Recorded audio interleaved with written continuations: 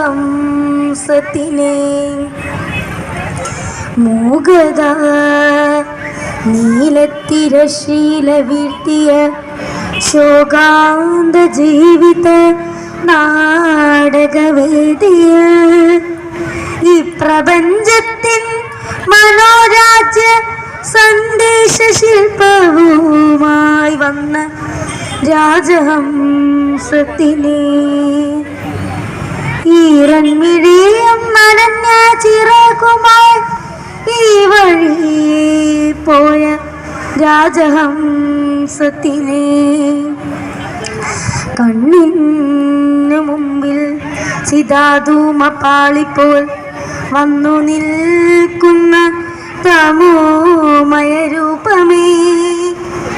മോഹമാത്മാവിൻ വലങ്കയിൽ നൽകിയ ദാഹജലക്കുമ്പിൽ